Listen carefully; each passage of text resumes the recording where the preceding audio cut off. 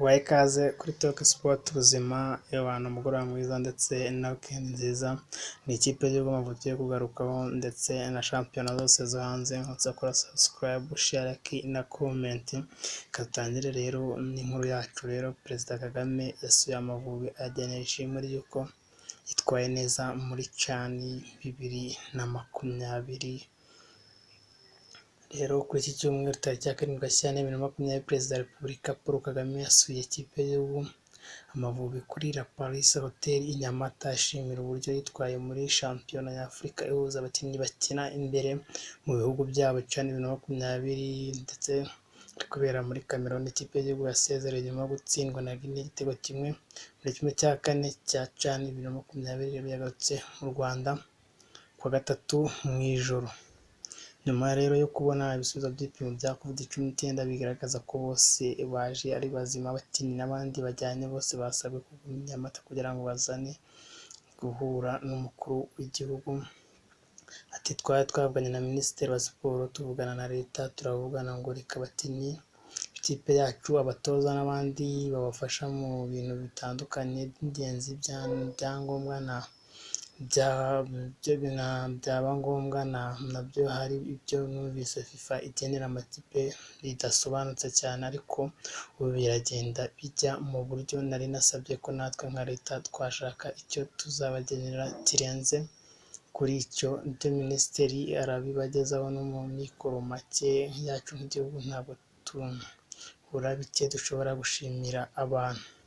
Minisitiri wa Siporo Munyanganjo Aurore Musa yashimiye Perezida Kagame kuri uru ruzinduko, amusezeranya ko bitaranozwa kugira ngo ikipe y'igihugu ikomeze kwitwara neza bigiye gukosorwa. Ati ni umunsi w'ibyishimo kubera agaciro mugaragaje ikipe y'igihugu. Ni urugendo rutari rworoshye ariko twarwungukiyemo byinshi byo gushingiraho mu kubaka umupira w'amaguru mu Rwanda. Imitegurire haracyari ibikwiye kunozwa kugira ngo ikipe y'igihugu itange umusaruro nk'uko abanyarwanda babyifuza. Tubijeje ko ubufatanye na Ferwafa tuzakora ibishoboka.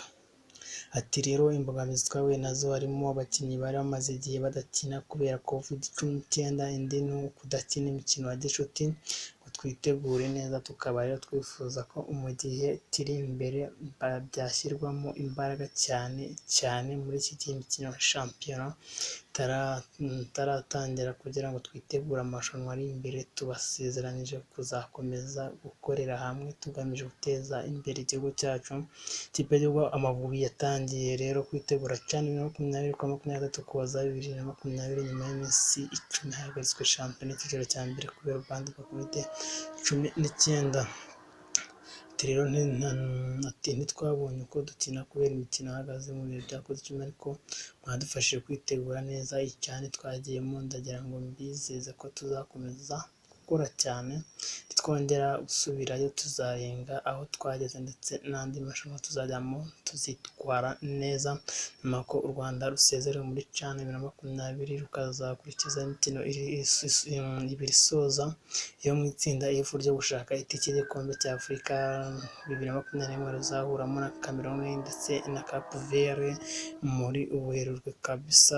Rero dukomeze muri 2011 u Rwanda rero rwitabiriye irushanwa ruviramo mu matsinda kimwe no muri 2018 igihe rutakinnye irya 2019 ryo muri 2014. CHAN 2020 irasozwa kuri iki cyumweru tariki ya 7 Gashyantare 2020, aho umukino wa nyuma uhuza Mali na Maroc ufite iri rushanwa. Ariko turaza kukuganiriza leta uko zagenze. Guinea rero yegukanye umwanya wa gatatu itsinze Cameroon yakiriye irushanwa ibitego 2-0 mu mukino wabaye kuwa gatandatu i Douala.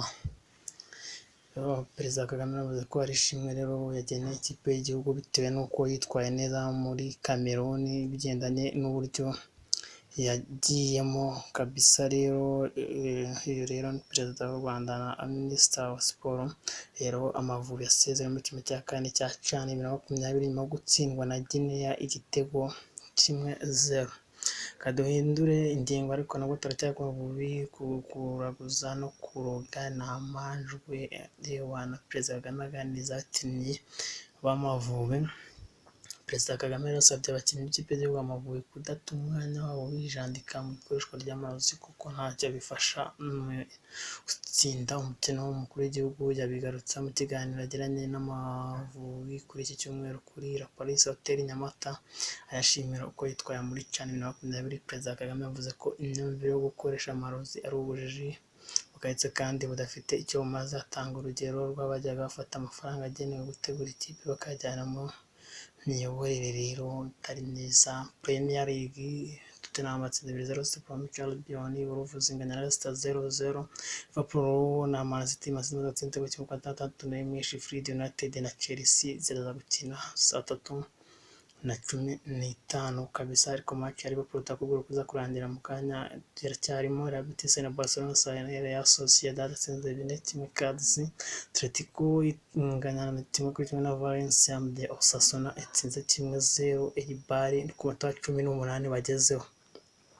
Komeza na shampiyona mu Butaliyani, Benevento kimwe na Sampdoria, Milan itsinda 4-0 Crotone, Udinese itsinda 2 Hellas Verona, Parma itsindwa 2-0 na Bologna, Lazio Roma saa 3:45. Iyo ni shampiyona y'Abataliyani.